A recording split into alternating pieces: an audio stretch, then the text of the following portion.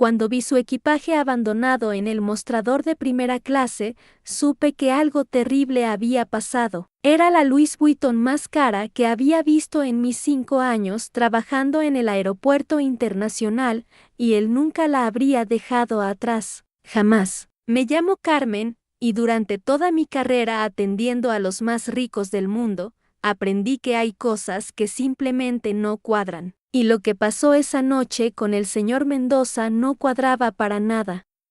Lo que descubrí después me mantiene despierta hasta hoy, porque hay secretos que pesan más que el miedo. Antes de seguir, cuéntame de dónde me estás escuchando ahora mismo, y si aún no te has suscrito, hazlo porque lo que viene te va a impactar tanto como a mí esa noche. Era martes, 15 de noviembre. El vuelo 23, con destino a Ginebra, tenía salida programada a las 11:47 p.m. Yo estaba cerrando mi turno cuando vi su nombre en la lista VIP, Eduardo Mendoza Castellanos. Era imposible no reconocerlo.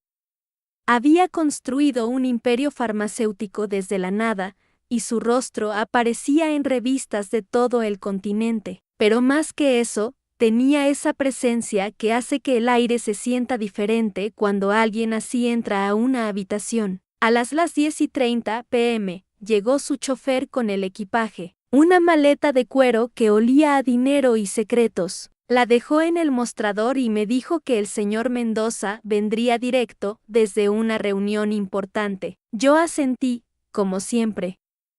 En este trabajo aprendes a no hacer preguntas. Las 11 p.m. llegaron y se fueron. Luego las 11:30. El vuelo se retrasó 15 minutos esperándolo. Los otros pasajeros de primera clase ya estaban molestos, tamborilenados sus dedos contra los reposabrazos de cuero, mirando sus relojes Rolex como si eso fuera a hacer aparecer al millonario. Llamé a seguridad para revisar las cámaras. Eduardo Mendoza había entrado al aeropuerto a las 10:15 p.m. por la entrada VIP. Las cámaras lo mostraron caminando por el pasillo principal, su traje gris impecable, su maletín en la mano derecha, siempre la derecha. Los ricos tienen manías extrañas, pero después de eso, nada. Era como si se hubiera evaporado en el aire acondicionado del aeropuerto. Y créeme, después de 5 años aquí dentro, sé que la gente no desaparece así nomás. Especialmente no la gente como Eduardo Mendoza, el capitán del vuelo 23. No pudo esperar más. A las 12:03 am, las puertas se cerraron y el avión despegó hacia Ginebra sin su pasajero más importante. Yo me quedé allí, mirando esa maleta abandonada como si fuera a darme respuestas. Los de seguridad revisaron cada rincón. Los baños, las tiendas duty free, los restaurantes que ya estaban cerrados. Revisaron las cámaras de todos los ángulos posibles.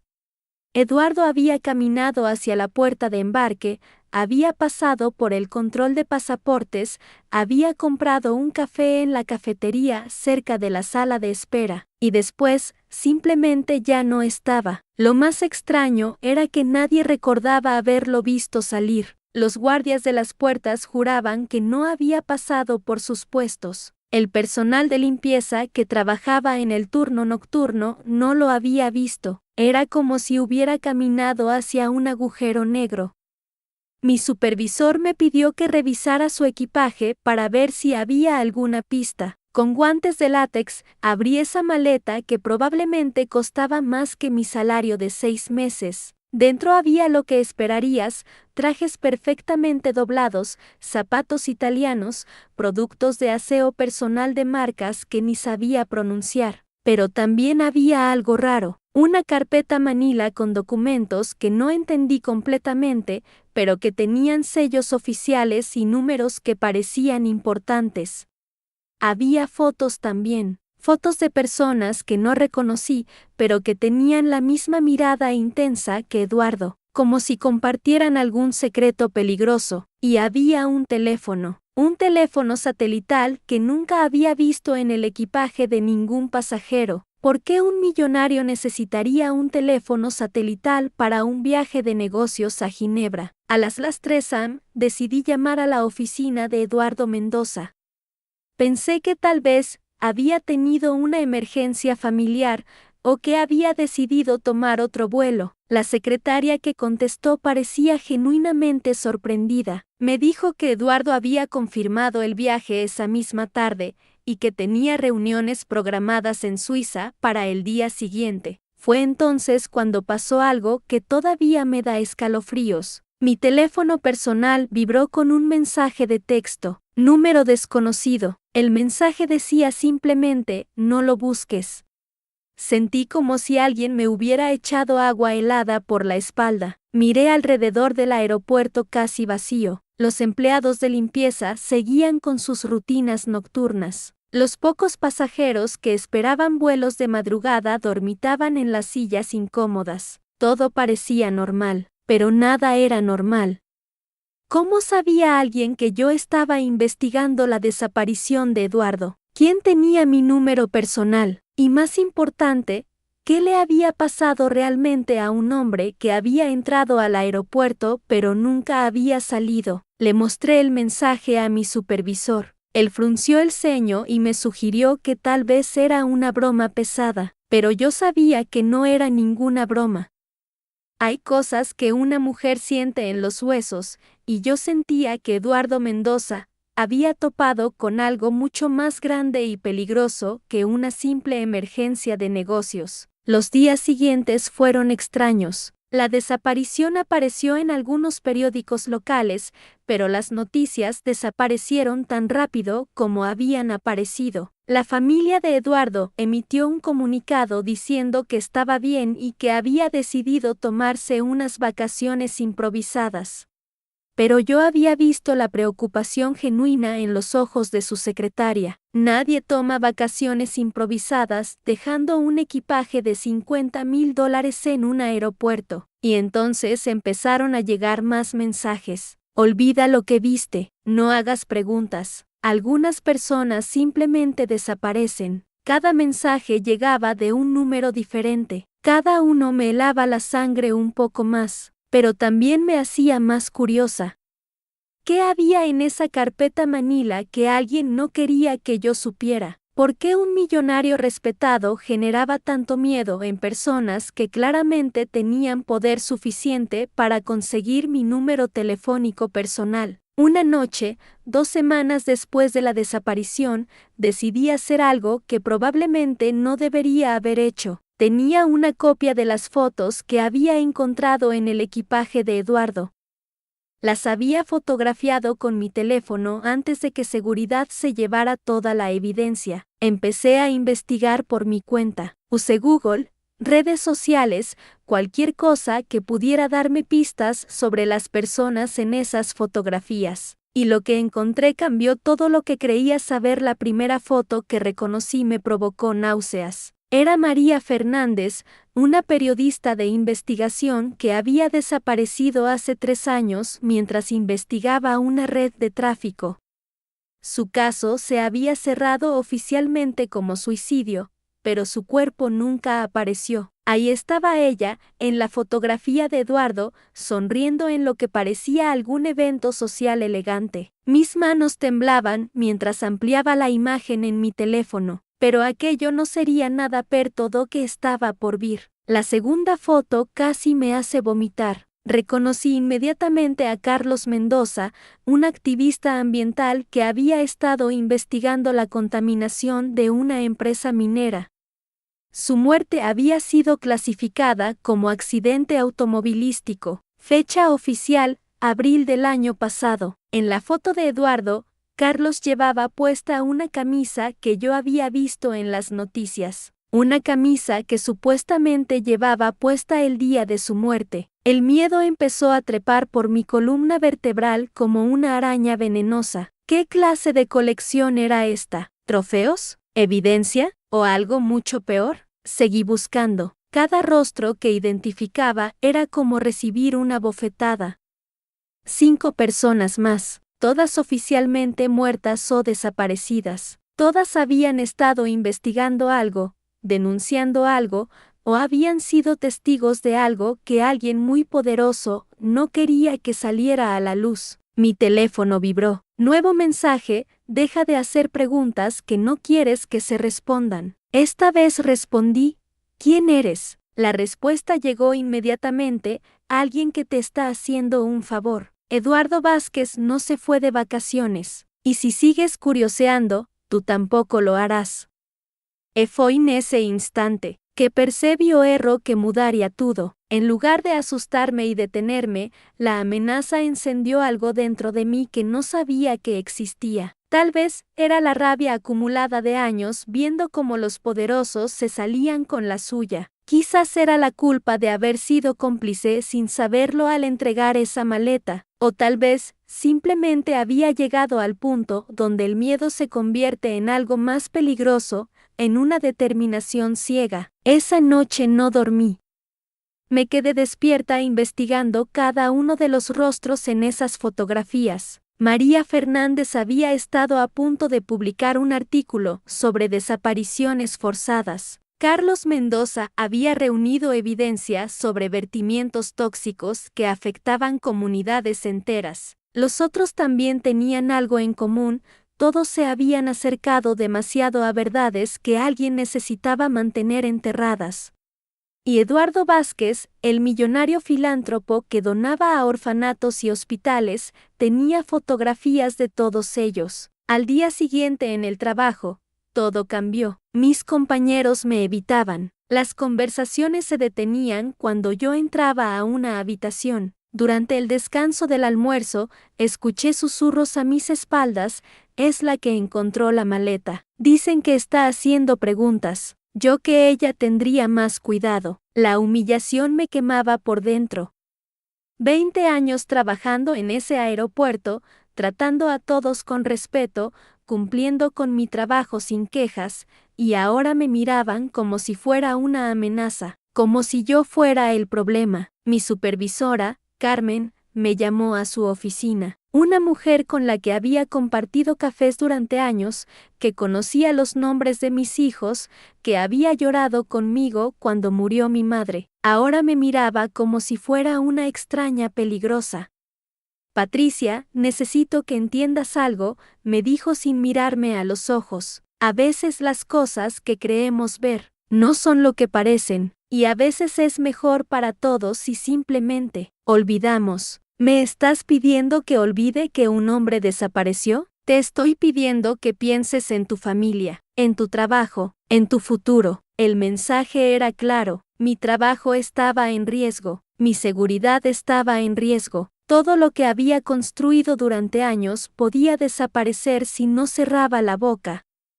Pero esa noche, cuando llegué a casa y vi a mis hijos haciendo tareas, algo dentro de mí se endureció. Si yo no hacía nada, si todos simplemente mirábamos hacia otro lado, ¿en qué clase de mundo los estaba criando? Decidí contactar a la hermana de María Fernández. Había visto sus entrevistas en televisión, sus súplicas desesperadas por respuestas sobre lo que realmente le había pasado a su hermana. Merecía saber que tenía razón al no creer en la versión oficial del suicidio. Nos encontramos en un café pequeño en las afueras de la ciudad. Elena Fernández era una mujer delgada, con ojeras profundas y manos que no dejaban de temblar. Llevaba 3 años buscando la verdad sobre su hermana. Sabía que María no se había suicidado, me dijo con voz quebrada cuando le mostré la fotografía. Mi hermana estaba emocionada con su investigación. Había encontrado algo grande, algo que iba a cambiar todo. ¿Qué había encontrado? Conexiones. Una red de personas poderosas que hacían desaparecer a quienes se acercaran demasiado a la verdad. María había identificado un patrón en las desapariciones de periodistas y activistas en los últimos 5 años. Todos habían estado investigando empresas conectadas con un mismo grupo de inversores. Mi sangre se heló. ¿Eduardo Vázquez era uno de esos inversores? Elena asintió. Era el principal financiador. De repente todo empezó a tener sentido. Las fotografías no eran trofeos. Eran registros. Evidencia de una red de eliminación sistemática de personas que amenazaban ciertos intereses económicos. Elena, hay más fotografías, más personas. Vi cómo se le iluminaban los ojos con una mezcla de esperanza y horror. ¿Tienes las fotos? Las tengo, ¿pero qué? Pero quien tenía estas fotografías también desapareció, y ahora me están amenazando a mí. Elena se inclinó hacia adelante, agarrando mi mano con desesperación. Patricia, por favor. No puedes callarte ahora. Mi hermana murió buscando esta verdad. Todas esas personas murieron porque alguien quería silenciarlas. Si tú te callas ahora, ellos ganan. Todas esas muertes no habrán servido para nada. Esa noche, mientras conducía de regreso a casa, un carro comenzó a seguirme. Luces altas en mi espejo retrovisor, manteniéndose siempre a la misma distancia. Mi corazón latía tan fuerte que podía escucharlo por encima del ruido del motor. El carro me siguió hasta mi barrio, hasta mi calle. Se detuvo afuera de mi casa cuando yo entré al garaje. Desde la ventana de mi sala, vi cómo alguien tomaba fotografías de mi casa, de las ventanas iluminadas donde mis hijos hacían tareas, del jardín donde mi esposo había plantado flores. Y entonces comprendí con una claridad que me partió el alma, ya no se trataba solo de mí, se trataba de mi familia. Habían convertido a mis hijos en blancos simplemente porque su madre había visto algo que no debía. Esa noche no pude dormir. Cada ruido de la casa me sobresaltaba, el refrigerador encendiéndose, los pasos de mi esposo hacia el baño, el susurro del viento contra las ventanas. Todo sonaba amenazante, todo parecía una advertencia. A las 3 de la madrugada me levanté y fui hasta la cocina. Necesitaba pensar. Necesitaba decidir si seguir adelante o proteger a mi familia. Las fotografías estaban escondidas en una caja de zapatos en el fondo de mi armario. Las había envuelto en papel periódico, como si así pudiera contener el peligro que emanaban. Pero había algo más, algo que no le había dicho a Elena. Cuando recibí las fotografías, venían acompañadas de una carta que había estado guardando desde hace semanas, demasiado asustada para leerla completa. Mi hermana, antes de desaparecer, me había enviado algo más que evidencia. Me había enviado una confesión. Regresé al armario y saqué la caja. Mis manos temblaban mientras desenvolvía las fotografías. Ahí estaban, imágenes borrosas de hombres en trajes entrando y saliendo del aeropuerto a altas horas. Un millonario que supuestamente había abordado el vuelo 23, pero cuya silueta aparecía claramente caminando hacia una salida de emergencia. Documentos que mostraban pagos, transferencias, nombres que reconocía de los periódicos. Pero la carta era diferente. El papel estaba amarillento en los bordes, y el sobre tenía mi nombre escrito con la letra temblorosa de mi hermana. Lo había abierto apenas una rendija esa primera vez, leyendo solo las primeras líneas antes de guardarlo, demasiado aterrada por sus implicaciones. Ahora, en la oscuridad de mi cocina, con el silencio de la madrugada rodeándome como una advertencia, saqué la carta completamente del sobre. Patricia, comenzaba, si estás leyendo esto, significa que ya no estoy.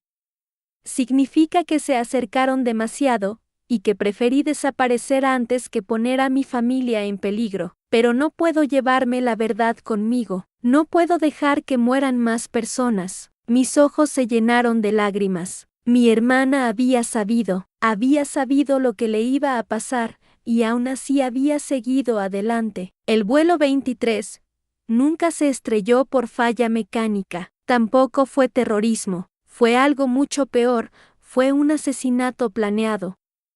Había 3 pasajeros en ese vuelo que sabían demasiado sobre las operaciones de lavado de dinero del aeropuerto. El millonario, Rodrigo Mendoza, era uno de ellos. Pero él descubrió el plan a tiempo. Mi corazón se detuvo. Rodrigo Mendoza. Había escuchado ese nombre en las noticias durante semanas después del accidente. El millonario que misteriosamente no había abordado su vuelo privado, cuyo equipaje había aparecido intacto en la pista, pero cuyo cuerpo nunca fue encontrado. Mendoza fingió su muerte, continuaba la carta. Desapareció porque sabía que si se quedaba, lo matarían como a los otros. Pero antes de irse, me entregó pruebas. Documentos que muestran cómo el aeropuerto ha sido usado durante años como centro de operaciones para el cartel, como varios vuelos han sido saboteados cuando transportaban testigos o evidencia que podía comprometerlos. Las fotografías de repente cobraron sentido. No eran solo imágenes random de actividad nocturna en el aeropuerto. Eran evidencia, prueba de reuniones secretas, de transferencias de dinero, de operaciones que se desarrollaban mientras el resto del mundo dormía. Mis manos temblaron tanto que casi dejé caer la carta. Patricia, hay algo más. Algo que necesitas saber antes de decidir qué hacer con esta información. Papá, nuestro padre, él sabía. Trabajó en el aeropuerto durante 30 años y sabía lo que estaba pasando. Por eso se jubiló temprano, por eso se mudó tan lejos.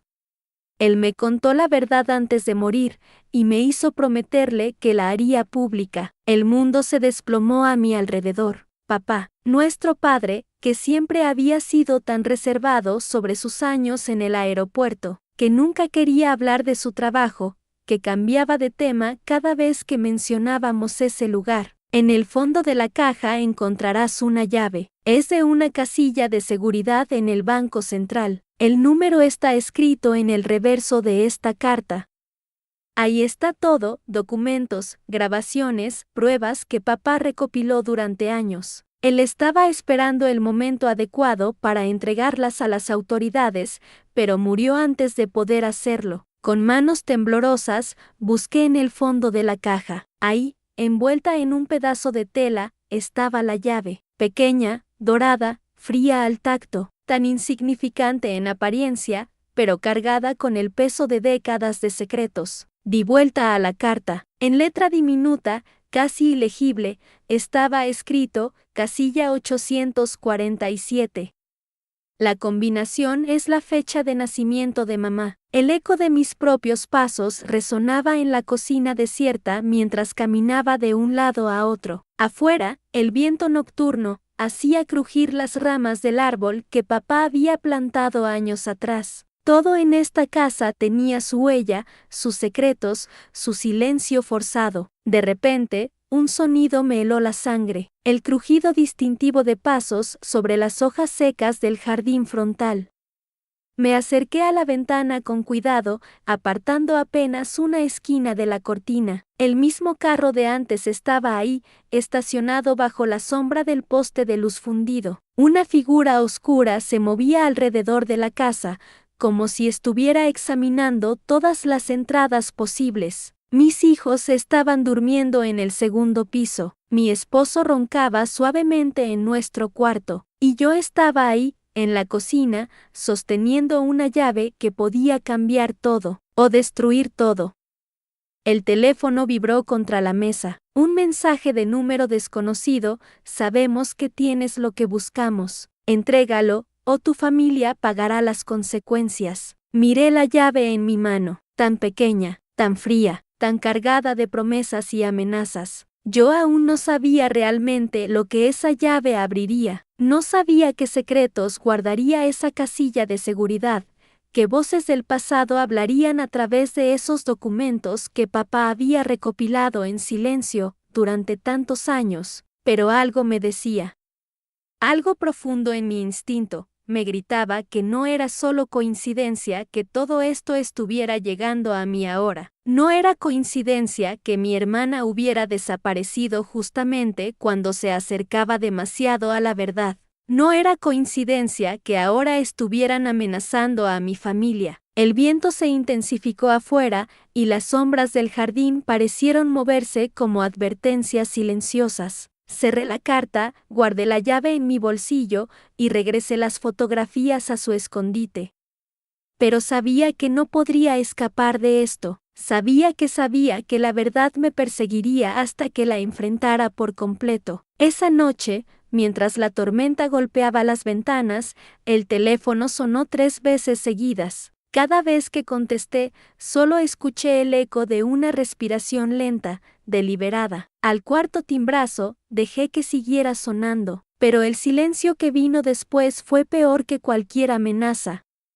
Me quedé despierta hasta el amanecer, con la llave de papá apretada en mi puño, sintiendo su metal frío contra mi piel. Y fue entonces, en esa hora gris, entre la noche y el día, cuando llegó el telegrama. Lo deslizaron por debajo de la puerta sin hacer ruido. Un sobre amarillento, con mi nombre escrito en esa caligrafía angular que reconocí inmediatamente, la misma de las notas en los márgenes de las fotografías de papá. Mis manos temblaron al abrirlo. Las palabras eran pocas, pero cada una se clavó en mi pecho como una astilla de hielo. El señor Mendoza nunca abordó el vuelo 23 a Buenos Aires. Su equipaje permanece intacto en el mostrador desde hace 6 meses. Los empleados del aeropuerto confirman, llegó, registró sus maletas, pero desapareció entre los pasillos vacíos del terminal. Nadie lo vio partir, nadie lo vio regresar. Solo quedó un mensaje en el teléfono de emergencias: no lo busques. Desde entonces, nadie volvió a verlo. Se me nubló la vista, el aire se volvió espeso, irrespirable. Mendoza. Ese nombre resonaba en algún rincón oscuro de mi memoria. ¿Era el hombre de la fotografía número 7? El que aparecía junto a papá en aquella reunión nocturna. Corrí hacia el escondite y saqué las imágenes otra vez. Ahí estaba, un hombre de mediana edad, traje impecable, sonrisa confiada. En el reverso, con la letra apretada de papá M. Última reunión. Sabe demasiado. Mi respiración se aceleró. El cuarto comenzó a dar vueltas. Y entonces recordé la voz. Esa voz grave que había escuchado en la cocina una madrugada, semanas antes de que mi hermana desapareciera. Yo bajé a buscar un vaso de agua y los encontré, papá y un hombre que no pude ver completamente, solo su silueta recortada contra la luz de la nevera. No puedes seguir callando, Eduardo. Ya son demasiadas coincidencias. Si hablo, nos matarán a todos, a mis hijas, a ti, a cualquiera que sepa lo que vimos esa noche. ¿Y si seguimos callando? ¿Cuántos más van a desaparecer? Yo me quedé inmóvil en las escaleras, con el corazón latiendo tan fuerte que pensé que me descubrirían. Pero las voces se alejaron hacia el jardín, y cuando volví a mirar, ya no había nadie. Ahora, con el telegrama en mis manos, todo empezaba a encajar de manera terrorífica. Mendoza había intentado hablar. Había intentado romper el silencio que papá había guardado durante tantos años. Y por eso había desaparecido. ¿Y si él nunca se fue realmente? La pregunta me golpeó como una bofetada fría. ¿Y si todos en ese aeropuerto sabían la verdad? ¿Menos yo? ¿Y si el vuelo 23 era solo una fachada, una mentira construida para explicar su desaparición? A veces pienso que todos están fingiendo buscar respuestas cuando ya conocen el final de la historia. Me senté en el suelo, rodeada de fotografías y secretos, sintiendo como el peso de la verdad me aplastaba los pulmones. Afuera, el viento había cesado, pero el silencio era aún más ominoso. Era el silencio de quien espera, el silencio de quien observa. Tomé el teléfono y marqué el número de información del aeropuerto. Una voz nasal y aburrida me atendió. Disculpe, quisiera preguntar sobre un vuelo. El 23 a Buenos Aires, de hace 6 meses. Pausa larga, demasiado larga. ¿Perdón? No tenemos registro de ese vuelo, señorita, pero tiene que estar un pasajero llamado Mendoza. Le repito, no hay registro de ningún vuelo 23 en nuestros archivos. El tono se había vuelto seco, cortante, como si hubiera pronunciado palabras prohibidas. ¿Estás segura? Porque tengo información de que, clic, me colgaron. Volví a marcar. Esta vez, una grabación automática me informó que el número estaba fuera de servicio. El frío se extendió por mis huesos como veneno. Si el vuelo nunca existió, si Mendoza nunca se fue, entonces su desaparición había sido planeada, ejecutada, borrada de los registros como si nunca hubiera existido. Y entonces él dijo algo que yo jamás conseguí olvidar. La memoria llegó de golpe, clara y brutal. Esa madrugada en la cocina, antes de que las voces se alejaran al jardín, alcancé a escuchar una última frase: Eduardo, si algo me pasa, busca en el lugar donde todo comenzó. El faro abandonado. Ahí está la prueba que necesitan. El faro abandonado. Conocía ese lugar. Estaba a las afueras del pueblo, en un acantilado que daba al mar.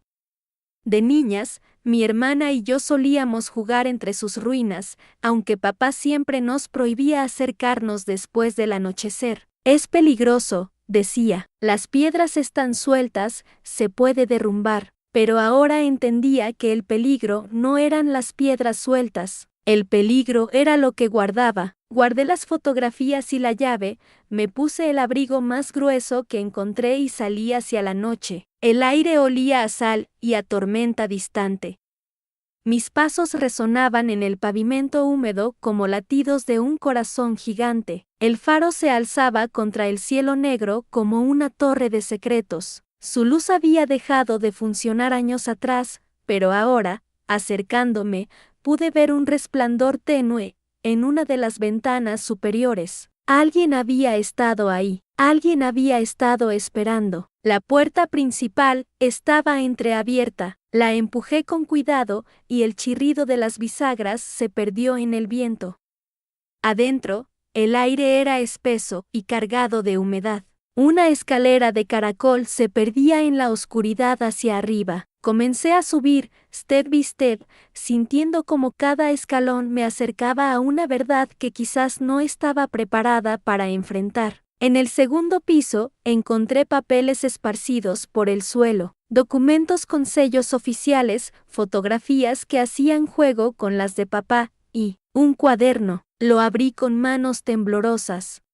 La primera página tenía una sola línea escrita con tinta roja: si estás leyendo esto, es porque ya llegaron por mí. Era la letra de Mendoza, pero lo que vino después fue el verdadero desaparecimiento. No respirando profundo, el aire húmedo llenando mis pulmones, el cuaderno temblaba en mis manos. Las páginas siguientes estaban en blanco, como si Mendoza hubiera sido interrumpido en medio de su confesión. Voz quebrada, pero había algo más. Un sobremanila pegado al fondo de la contratapa. Lo despegué con cuidado, sintiendo como mis dedos dejaban marcas en el papel húmedo. Adentro, fotografías, docenas de ellas, y en cada una, reconocí las caras. Empresarios, políticos, jueces, pausando, como si procesara cada palabra, y entre ellas, la de mi padre. No era una foto cualquiera, era reciente, muy reciente. Papá estaba en lo que parecía ser una reunión, sentado en una mesa redonda con otros hombres. Todos sonreían. Todos parecían cómplices. Al reverso, una fecha, 3 días antes de que Mendoza desapareciera. El viento golpea las ventanas del faro. Guardé las fotografías y seguí subiendo. El tercer piso estaba vacío, pero pude escuchar algo arriba. Pasos. Alguien caminaba en la habitación del faro, susurrando. Con miedo. No estaba sola. Subí los últimos escalones con el corazón a punto de explotar. La puerta de la sala principal estaba cerrada, pero había luz filtrándose por debajo. Presioné mi oído contra la madera fría. Voces. 2 hombres hablando en voz baja, conteniendo la respiración, y reconocí una de ellas. Era la voz de papá. Los documentos no pueden salir a la luz, estaba diciendo. Mendoza ya no era confiable. Se había vuelto sentimental. La otra voz respondió con acento extranjero: está controlado. Nadie lo encontrará donde está ahora. Manos temblorosas empujé la puerta apenas unos centímetros. Podía verlos de espaldas, mirando hacia el mar a través de los grandes ventanales. Papá tenía un maletín en la mano. El otro hombre era alto, vestía un abrigo oscuro. La empleada reportó que nunca llegó al vuelo, continuó papá. Su equipaje seguía intacto, pero él había desaparecido entre pasillos vacíos. Perfecto. El hombre del abrigo se rió secamente. El mensaje que recibió su esposa fue efectivo. No lo busques. Desde entonces, nadie volvió a verlo. Problema resuelto. La voz se quiebra, sentí como el mundo se desmoronaba bajo mis pies. Mi padre, mi propio padre, había estado hablando del desaparecimiento de Mendoza como si él mismo lo hubiera orquestado. El hombre del abrigo se giró parcialmente, y pude ver su perfil. Tenía una cicatriz que le cruzaba la mejilla izquierda. Sus ojos eran fríos como el hielo. ¿Y la hija de Mendoza?, preguntó. ¿Sigue haciendo preguntas? Pausa dramática. El corazón se detiene, papá suspiró. Carmen es persistente, como su padre, pero también es joven. Se cansará de buscar fantasmas. Más le vale. La voz del extraño se endureció. Ya hemos tenido que hacer demasiadas limpiezas en este asunto. El proyecto no puede permitirse más sentimentalismos. Respiración entrecortada. Traté de retroceder, pero mi pie rozó una tabla suelta. El crujido resonó como un disparo en el silencio. Los dos hombres se giraron inmediatamente. Voz ahogada. Los ojos de papá se encontraron con los míos a través de la rendija de la puerta. Por un segundo que se sintió eterno, ninguno de nosotros se movió. Su expresión pasó de la sorpresa al reconocimiento, y luego, a algo que nunca había visto en su rostro antes. Miedo. Carmen. Mi nombre salió de sus labios como una súplica. Decidida, encontrando fuerza en la desesperación, empujé la puerta completamente y entré. Mis piernas temblaban, pero mi voz salió firme. ¿Dónde está Mendoza? El hombre de la cicatriz dio un paso hacia mí, pero papá lo detuvo con un gesto. Carmen, no entiendes la situación. Cortante, entiendo perfectamente. Saqué las fotografías del sobre y las arrojé sobre la mesa que había en el centro de la habitación. Se esparcieron como cartas de un mazo maldito. Vi su nombre en esa lista, papá, y aún así, me hiciste creer que era apenas una coincidencia. La voz se vuelve más intensa. Me hiciste creer que te importaba encontrarlo. Papá miró las fotografías y cerró los ojos por un momento. Cuando los abrió, ya no era el hombre que yo conocía. La máscara había caído completamente. El proyecto era más grande que Mendoza, dijo con voz cansada. Más grande que cualquiera de nosotros. Él no lo entendía. Se había obsesionado con detalles morales. Fría, controlada. ¿Detalles morales? Muertes, Carmen. Accidentes que no eran accidentes. Familias destruidas para abrir paso a la construcción. Mendoza documentó todo. Quería hacer público el costo real del proyecto. El hombre de la cicatriz intervino. Tu padre tomó la decisión correcta. Mendoza era una amenaza para cientos de empleos, millones en inversiones. Explosión de ira contenida. Era mi jefe. Era un hombre decente. Era un idealista, replicó papá. Y los idealistas son peligrosos cuando saben demasiado. Pausa larga. Procesando la traición, me acerqué a él lentamente. Por primera vez en mi vida, vi a mi padre retroceder ante mi presencia. ¿Está vivo?, pregunté. Papá no respondió, pero algo en su mirada, una sombra de culpa, me dio la respuesta. ¿Dónde?, insistí. Carmen, ya es demasiado tarde para. Interrumpiendo, con fuerza. ¿Dónde? El silencio llenó la habitación como una presencia física. Solo el viento del mar rompía contra las paredes del faro.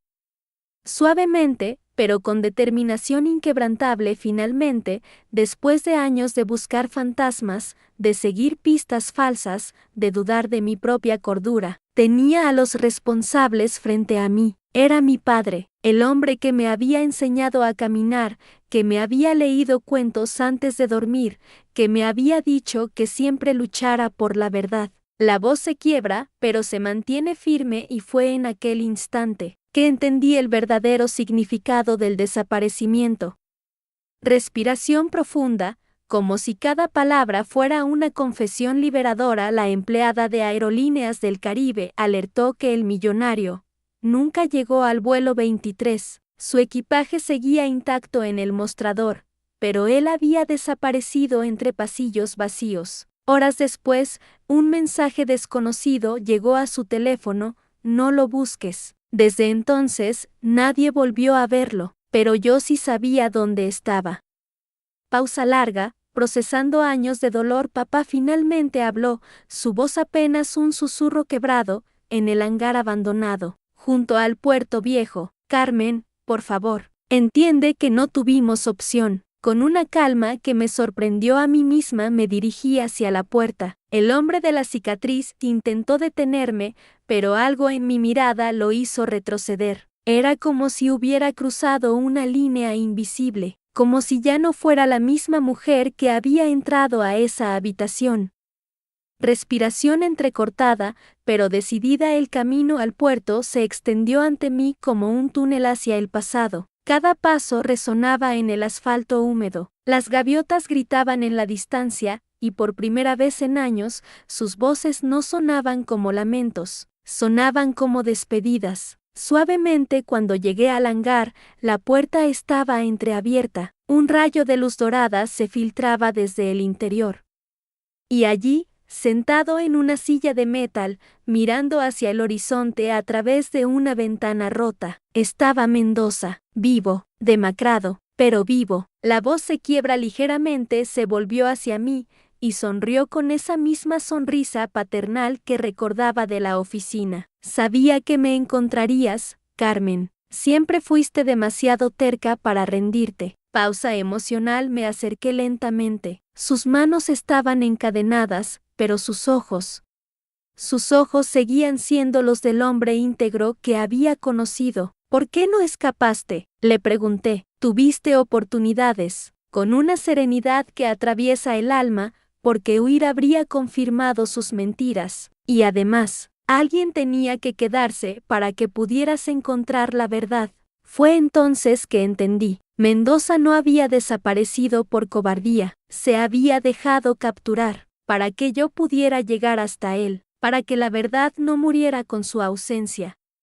Respiración profunda, como liberando años de peso. Saqué las llaves que había tomado del bolsillo de mi padre antes de salir del faro. Sus manos quedaron libres, pero ninguno de los dos nos movimos. Permanecimos allí, en silencio, viendo cómo el sol comenzaba a ponerse sobre el mar. Carmen, me dijo, ahora tienes que elegir. Puedes llamar a la policía, exponer todo, destruir a tu padre y a sus socios. Pausa larga.